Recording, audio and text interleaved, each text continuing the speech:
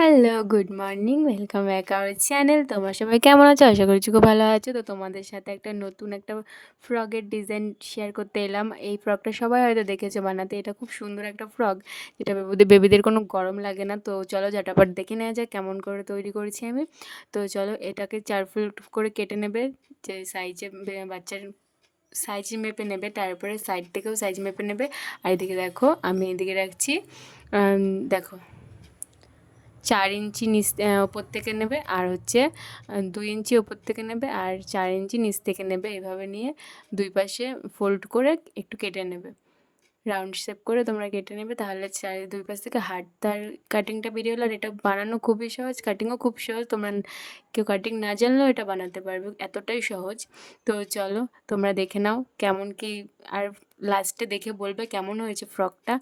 আমি আমার একটা পুরনো নাইটি ছিল, পুরনো বলতে কি কালার জ্বলেনি, নতুনই প্রায় পরি না, তাই ভাবলাম মেয়েকে এটা কেটে বানিয়ে দিই।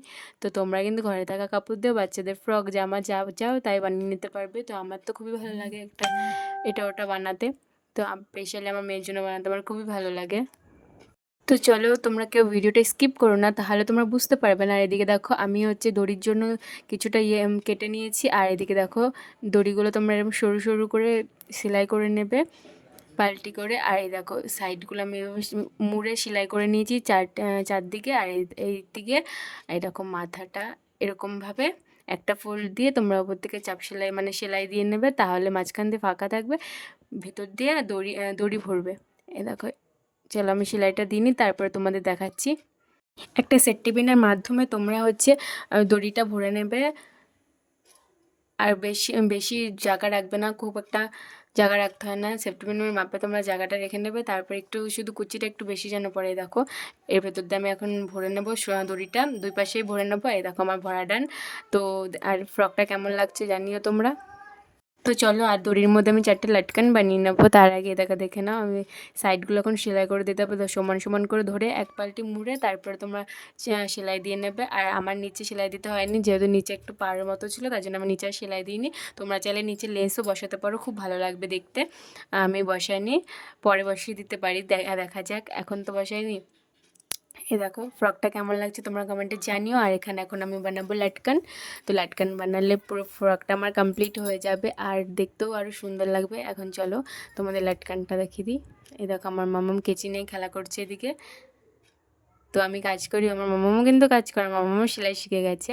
এই দেখো ছোটো ছোটো করে আমি লাটকান কেটে নিয়েছি। এখন এর মধ্যে দিয়ে সেলাই দিয়ে দিলে লাটকান রেডি হয়ে যাবে, খুব একটা না। দেখো আমার লাটকানের দিকে রেডি হয়ে গেছে, কেমন লাগছে জানিও। আর ভালো লাগলে লাইক কমেন্ট শেয়ার করো। আর আমার মাম্মামকেও পরে দেখিয়ে দিই চলো তোমাদেরকে আমার মাম্মামকে কেমন লাগছে। এই দেখো আমার প্রিন্সেস রেডি। তো আমার প্রিন্সেসকে কেমন লাগছে তোমরা কমেন্টে জানিও। আর ভিডিওটা শেষ পর্যন্ত দেখে থাকলে একটা লাইক কমেন্ট শেয়ার করে দিও। আর আমার চ্যানেলটাকে সাবস্ক্রাইব করে দিও, যাতে তোমাদের কাছে আরও ভালো ভালো ভিডিও আমি পৌঁছে দিতে পারি। তোমরা একটু সাপোর্ট করো, আমি আরও সুন্দর সুন্দর ভিডিও নিয়ে আসবো। তো চলো, আমার প্রিন্সেসকে তো আমি কিছু বানিয়ে দিতে পারলে আমার খুবই হ্যাপি লাগে, আমার খুবই ভালো লাগে। আর আমার প্রিন্সেসের কালকে বার্থডে, তো কালকে বার্থডে ব্লগ অবশ্যই আসছি, তোমরা ওকে সবাই উইশ করো। আমার মেয়ে যেন ভালো থাকে, সুস্থ থাকে। দেখতে দেখতে আমার মেয়ে 2 বছর হয়ে গেল। দিনগুলো ওকে নিয়ে কীভাবে কেটে যাচ্ছে আমি নিজেও বুঝতে পারছি না। আমার মাম্মাম যেন দিন দিন আমার কাছে বড় হয়ে যাচ্ছে। ওকে ছাড়া এখন আর কিছু ভালো লাগে না। ওর খুশিতে আমার খুশি মনে হয়। তো চলো আজকের জন্য এই পর্যন্ত, টাটা। সবাই ভালো থেকো, সুস্থ থেকো, শুভরাত্রি। আর হ্যাঁ, আমার মাম্মাম কিন্তু জামাটা পেয়ে খুবই খুশি। তোমরা ওর মুখের হাসিটা দেখতেই পাচ্ছ। ওকে যদি নতুন কিছু বানিয়ে দিই ও কিন্তু প্রচণ্ড খুশি হয়, সত্যি কথা। আর এই জন্য আমার মাম্মামকে আমার আরও বেশি বেশি করে জিনিস বানিয়ে দিতে ইচ্ছা করে।